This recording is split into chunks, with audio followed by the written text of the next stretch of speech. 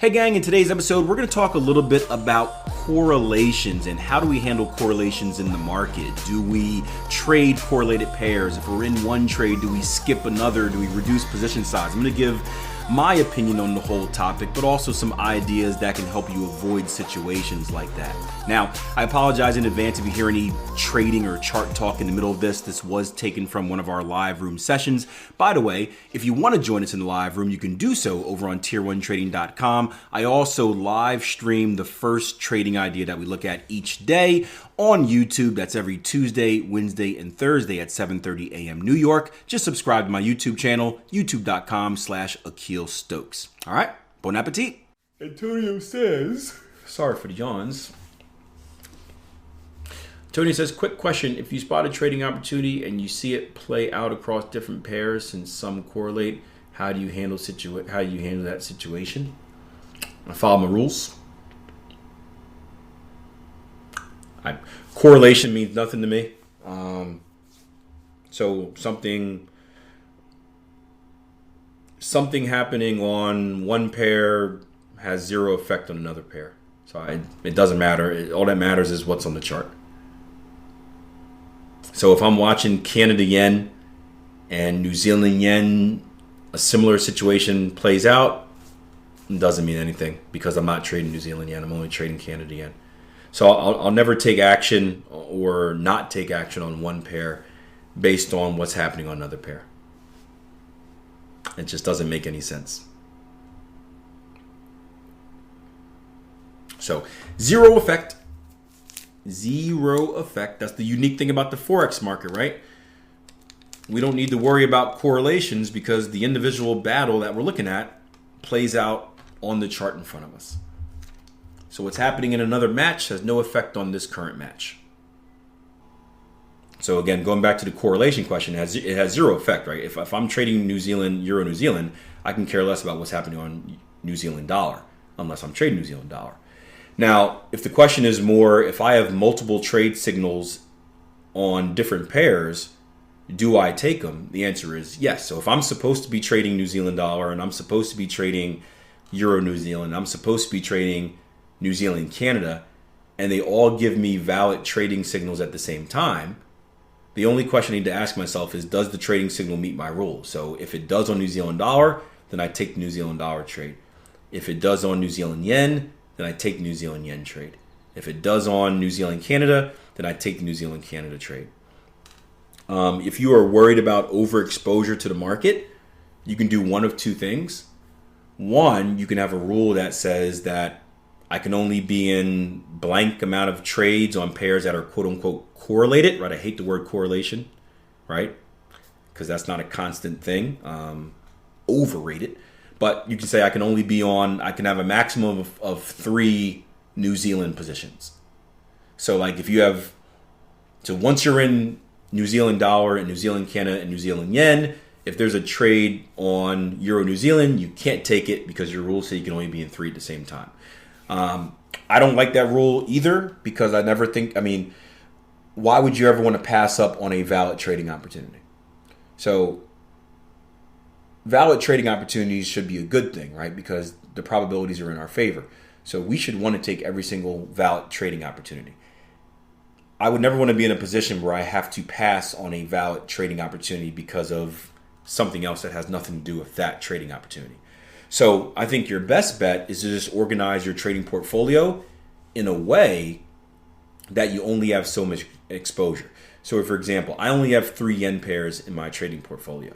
Euro yen, pound yen, dollar yen, because I don't ever want to be in more than 3 yen trades at once, right? So to deal with any confusion of saying, oh, I have to skip this one or I hope this one forms first, my maximum amount of yen trades, exposure to the yen, is just in my portfolio. So I can never look at more than 3 because I don't have more than 3 in my portfolio. So I think that's the better way to do it versus having like 10 yen crosses and being like, I can only take 3. Makes sense. I see what you're kind of saying, treating each pair as own entity from the rest. Yeah. And the answer is that, and here's the question I would pose.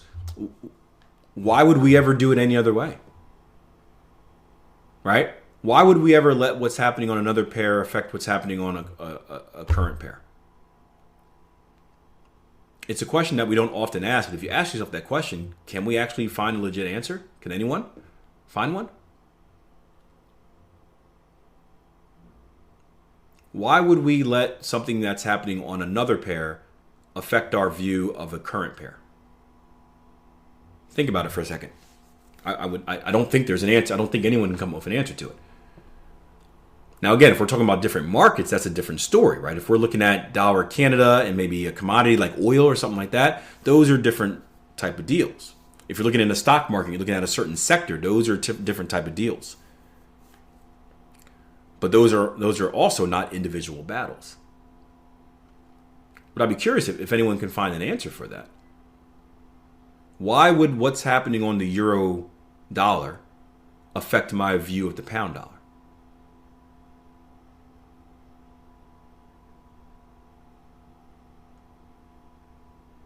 Aside from this myth of correlation, you can take the dollar index as well. I think that's stupid as well. Aside from longer term investment, like the dollar index is a stupid thing to look for correlations off of, because the dollar index is basically the euro dollar.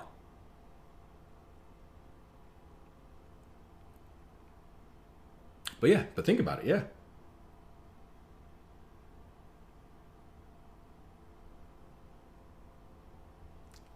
And we get the thing where it's like, well, if the euro dollar is bullish, it means a strong euro and a weak dollar, right?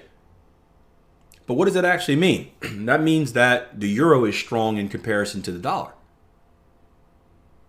The euro being strong in comparison to the dollar, does that actually mean that the pound is also going to be strong in comparison to the dollar?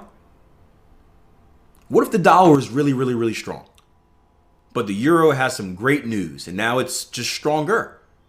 Does that now make the dollar weak against the pound? No, the pound could be crap. And the dollar could still be very strong in comparison to the pound or the kiwi or the loonie. It's just weak against the euro because the euro has some great news that's coming out.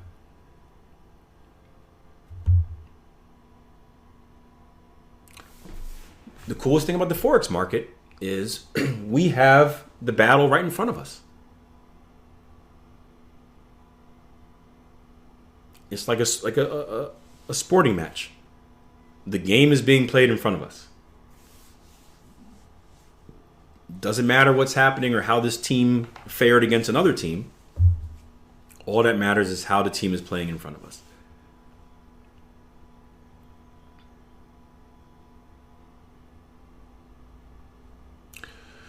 Ryan says, what if euro dollar is bullish, euro pound is bearish? Would that mean pound dollar has a bullish bias? I would say look at the pound dollar chart and you'll be able to tell.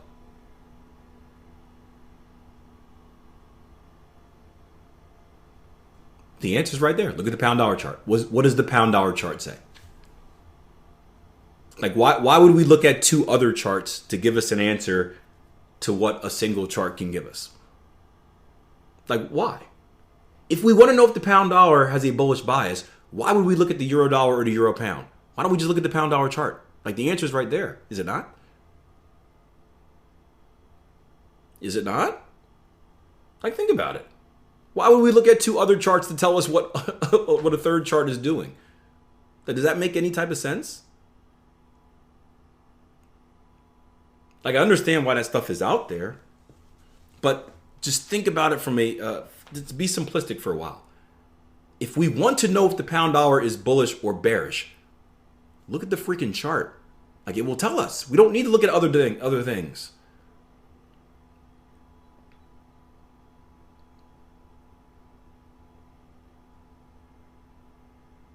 Right? It's like doing a math problem by dividing and multiplying first. It's like, what's 1 plus 1? Well, if we take 10 divided by 2, right? Like, what are we doing here?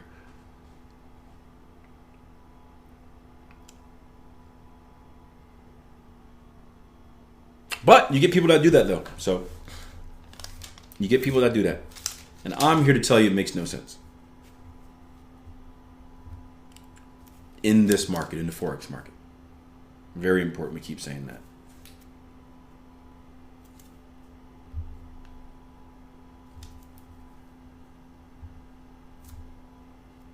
I've had people actually do that before, where it's been like, I looked at the euro pound, I looked at the euro dollar, and then I placed a buy trade on the pound dollar. Like, did you get a signal on the pound dollar? No, but because this pair was doing this and the other pair was doing that, well, wouldn't that already happened on the chart? Well.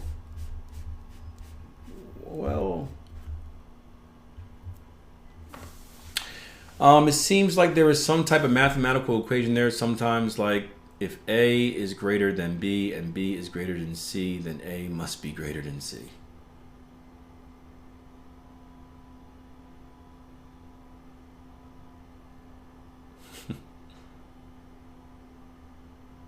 Add it to the trading plan. Then it means you're following your rules.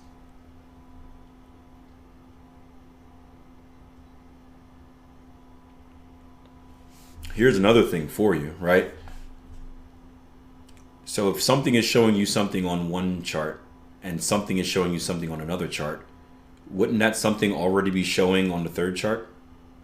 Like, wouldn't it be too late for you to get involved? Like, by the time you look at the euro pound and you see this signal, and by the time you look at the euro dollar and you see that signal, wouldn't that move would already be in place on the third chart you're going to? It's not like one chart is doing it before the other one, right? We go back to like the New Zealand dollar, right? If the dollar gets good news for interest rates today, right? Is that move going to happen in the markets at the same time, or is it going to happen on certain pairs first? Like, is the euro dollar going to move first, then the pound dollar move second, and then a day later the New Zealand dollar move, right? No, it's going to happen at the same time. It's going to be real time on the chart. Bobby says, I think if one currency is weak across a pair, then you can say that the currency is weak, but doesn't help with individual pairs. Yeah. So if you have a weak or a strong currency, yeah, you'll see it move all at the same time. That's 100% correct.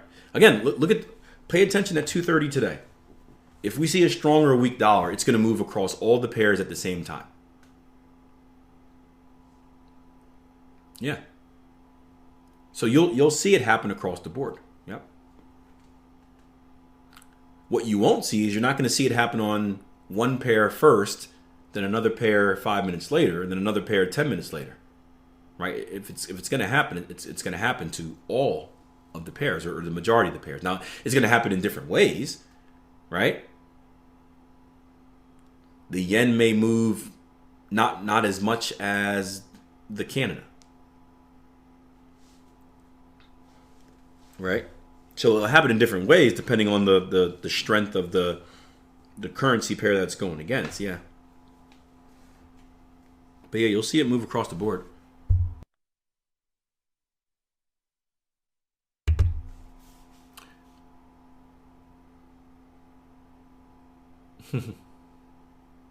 So you've never been in a situation where you take identical looking setups on the same pairs? Identical? Yeah, all the time. Yeah. I've been long euro dollar and pound dollar at the same exact time. Yeah. I've been long pound dollar and I've been short euro dollar at the exact same time. Yeah, all the time. The point is, I'm not long pound dollar because of what's happening on euro dollar. I'm long pound dollar because the pound dollar chart is giving me a bullish signal. I'm not long euro dollar because the pound dollar is showing me something. I'm long euro dollar because the euro dollar is giving me a bullish signal. And if they both give me bullish signals at the same time, I take both trades. I trade valid signals. That's all I do. I trade valid signals. So if something gives me a valid signal, I take the trade, regardless of what's happening on another pair. So I've had trades where I've been long the euro dollar, and then I look over to pound dollar, and I'm short the pound dollar. So in essence, I'm selling and buying the dollar at the same time. And one would think, well, you can't sell and buy the dollar at the same time. You'd be surprised.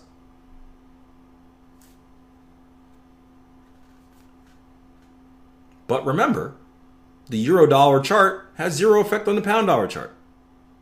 The pound dollar chart has zero effect on the euro dollar chart. They don't affect each other. Now they share a currency pair, the dollar, but they don't affect each other.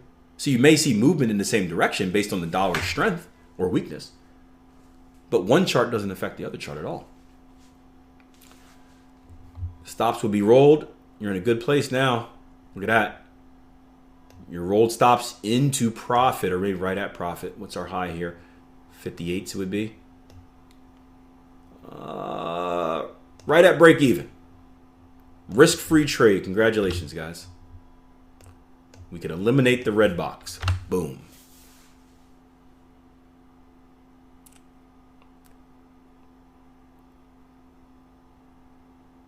Risk-free trade, you're up what? 30, 25 pips? Right, I don't go by off what another pair is doing. More like just seeing very similar setups on both pounds since the pound may be strong. Okay. Yeah, so you take both trades. Why would you not take both trades if it's a valid signal? Like why would it not be valid all of a sudden? What invalidates the signal if it's happening on two different pairs?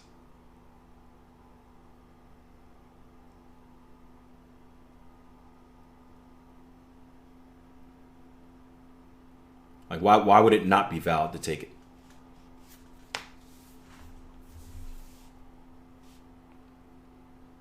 Aside from fear. I just thought since both setups are identical, why not just double your risk on one? Well, do you expect the same result from each trade? From each pair?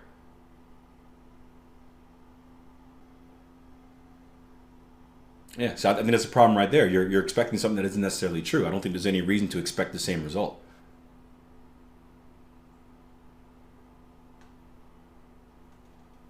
So you're acting or not acting out of fear. There's no reason you should expect the same result on both pairs.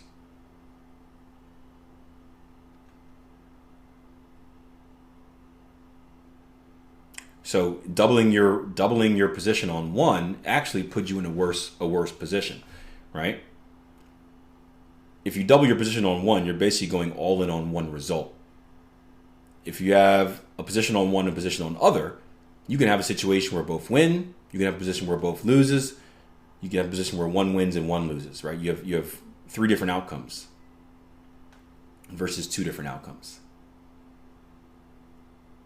But I don't think you should anticipate the same result from both pairs, right? You need to not look at them as being the same at all. They are separate trades. They are separate, unique trades. They're not the same trade.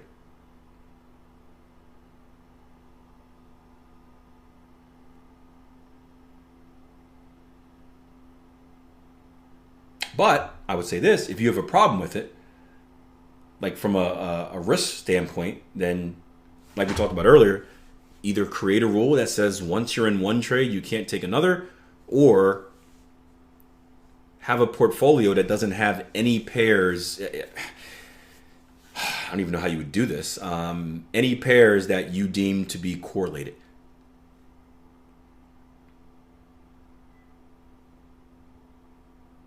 Those would be the two options. But I get what you're saying. I just think it's just not. I think you're making the wrong assumptions about things. I think we assume that because the same setup happens on two different pairs that it's always going to have the same result, and that is not true at all. I think you'll also be surprised, and like Orsi mentioned, you'll see this when you go through backtesting. I think you'll also be surprised at how little you actually get setups that are the same. Very rarely that they are identical.